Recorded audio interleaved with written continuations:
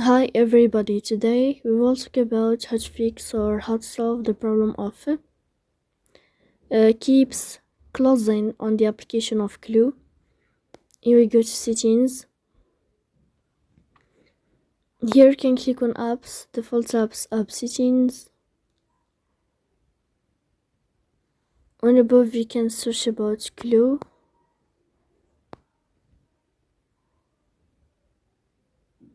Then you can click on first stop and you can click OK.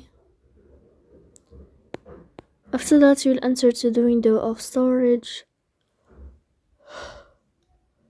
Then you can click on clear cache.